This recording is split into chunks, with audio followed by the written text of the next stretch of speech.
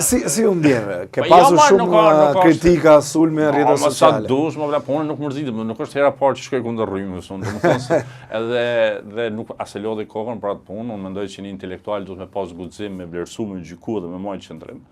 Dhe unë e kam vlerësu situatën në atë prizmin tim për një analisti me një background të theksuar në çështje politike dhe çështje sigurisë, që kjo do e ketë një zhvillim pak më shumë të tillë dhe unë e kam mbrojtur qëndrimin tim. Tash ajo që po shoh tani është që po dalin plot të tjerë, ju ka rënë ndërmend edhe disa deputetëve, disa zyrtarëve të partisë, e tjera, domethënë që mu po të zëshëm, domethënë ato ditë të para, javë të para, ishte shumë interesant domethënë ta krijoje përshtypjen thuaj se Ramën e braktisën njerëz të vet.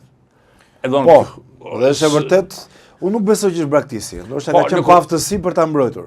Tash ne mund ta çojmë si dush, por heshtja kështu pa të interpretuar, domethënë që ta njerëz madje edhe takimet që bënte zoti Rama për 35 vjetorin e PS-së u interpretohen si një përgatitje për zgjedhjet e parakohshme. Domethënë sepse ishte ideja në kuluaret e kryeqytetit, thuaj që këta njerëz po kalkulojnë, po shohin çfarë do bëhet. A do ja hedh Rama, as do ja hedh Rama, a do ja bëj, as do bëj dhe po presin momentin. E tash, kur shihet që kjo gjë ka marrë një farë rezolucioni, vrejnë poshtë përpjet nga më të ndryshme. Po kjo nuk ka të bëjë me mua, unë nuk jam pjesë e Partisë Socialiste, as do jem ndonjëherë, as nuk jam pretendent për ministër, as për pozitë, as si gjë fare 0. Pse? Sepse unë e di që një person siguron nuk mundet me punu me politikanin tradicional të Shqipërisë, sepse unë e kam menimin. Si është një politikan tradicional i Shqipërisë? Një politikan tradicional. Ta krahasojmë pak dhe me Kosovën, me që se jemi këtu. Politikani tradicional i Shqipërisë është futur në atë kallëpin e politikanit tipik ballkanik. Që sado që mund të jesh intelektual, sado që mund të jesh liberal, sado që mund të jesh i lexuar, fan si teorive më të bukura qytetare në botë, e kupton që në këtë ekosistem politik të jesh liberal, të jesh tolerant, të shihet si dobësi, edhe këtë edhe pjesa më e madhe edhe e përdorin si justifikim për të betonizu pushtetin e vet, personal. Pastaj këtu i kemi edhe dy elemente. Elementi i parë është njerëzit që vetë ofrohen me atë idenë që unë të kryj punë, edhe unë ky kështu, domethënë e bëjnë llojin ati spionit brenda llojit. Edhe pastaj kjo kurorzohet me një sistem ku ti ke një kastë të tërë të yes menve. Për shembull, unë e tham yes sir, kur unë mendoj që është gjëja e dur. Kur nuk është gjëja e dur, nuk tham yes sir, me di që toka qilla bëhet bashkë, domethënë. Nuk tham unë yes sir, domethënë në këtë gjë. Nëse unë mendoj për shembull që Edi Rama si diktator është më mirë se sa kaosi që e sjell dikush tjetër, unë i bëj shërbim diktatorit, sepse unë mendoj që është gjëja e dur. Por sepse them që alternativa është kaos. Por Edi Rama nuk është diktator, domethënë Shqipëria nuk është diktaturë, por është një ambient ku njerëzit nuk duan të jenë të rrethuar me persona që i sfidojnë. Kjo është realiteti.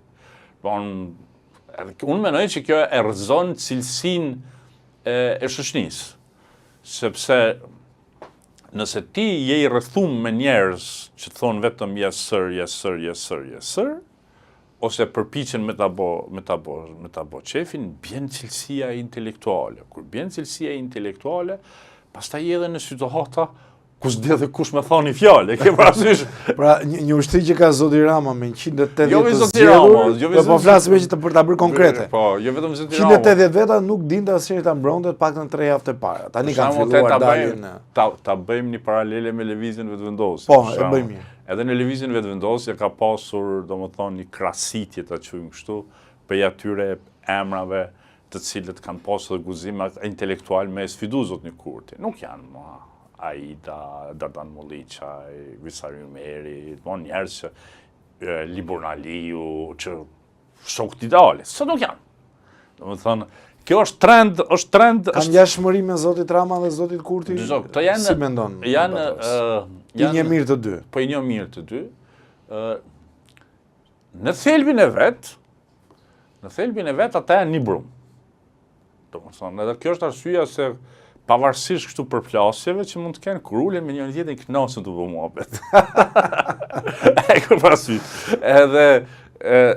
Por rrugtimi politik I ka bërë të ndryshëm. Pse? Sepse edhe sfidat me të cilat ballafaqohet Kosova dhe sfidat që ballafaqohet Shqipëria janë të ndryshme. Presioni që I ushtrohet Kosovës është një presion I frikshëm. Për shembull, kryeministri I Kosovës I nënshtrohet presioneve të frikshme. Kryeministri I Shqipërisë jo. Tash Rama ka fillu këtë vit me ndje pak në lëkurë atë që e ka ndje çdo kryeministri I Kosovës në 6 vitet e fundit, Albini, kur të huajt qepen mrapa me ide të çuditshme. Edhe ti duhet ta shtush, ka dalë, po unë po e bëra këtë, unë po e djeg veten.